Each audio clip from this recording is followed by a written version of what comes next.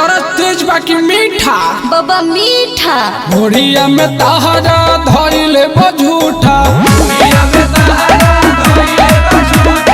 तीन तीसी तेरे राई चमक दिया चमक बत्ती पान फूल के भार चढ़ैया लोहे से उतरी हदवाही घोड़ा पार्वती के छू अरे छू अरे तिल तीसी तेरे राई चमक दिया चमक बत्ती पान फूल के भार चढ़ैया लोहे से उतरी हदवाही घोड़ा पार्वती के छू अरे छू अरे घोड़िया में तहरा धइले बझूठा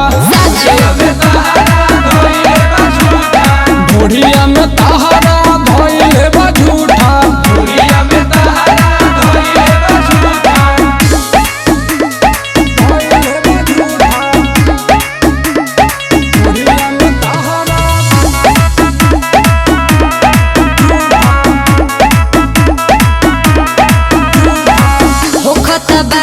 बेचैनी तनी न मिले आराम धीरे धीरे बूझी करे लगी मंत्र काम होखता बारा बेचैनी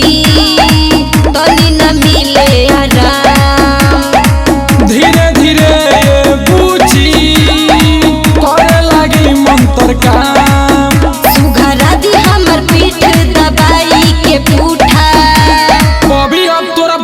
कैसन फील होखता बाबा दर्द देहिया सोखता घोड़िया में तहरा धइले बझूठा कैसे ठीक हो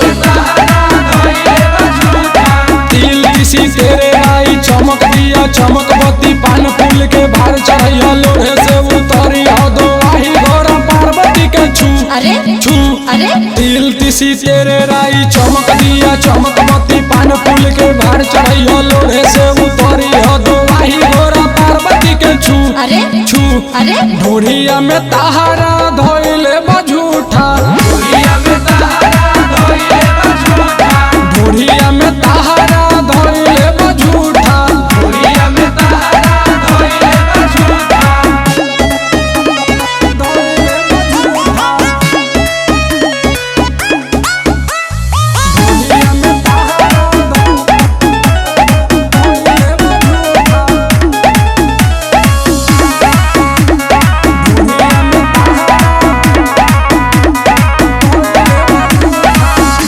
सलेंदर जीवानी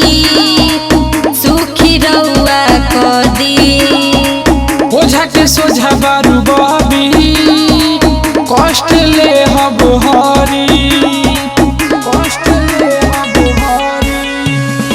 दुखी सलेंदर जीवानी सुखी रउआ कदी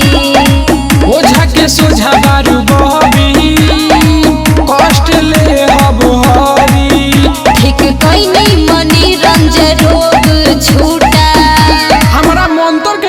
असर पड़ल बाबा और मंत्र मिठाई हो गई घोड़िया में तहरा धइले बझूठा तीन तीसी तेरे राई चमक दिया चमक बत्ती पान फूल के भार चढ़ैया लोहे से उतरी हदवाही घोड़ा पार्वती के छू अरे छू अरे तीन तीसी तेरे राई चमक दिया चमक बत्ती पान फूल के भार चढ़ैया लोहे से उतरी हदवाही घोड़ा पार्वती के छू अरे छू अरे घोड़िया में तहरा धइले बझूठा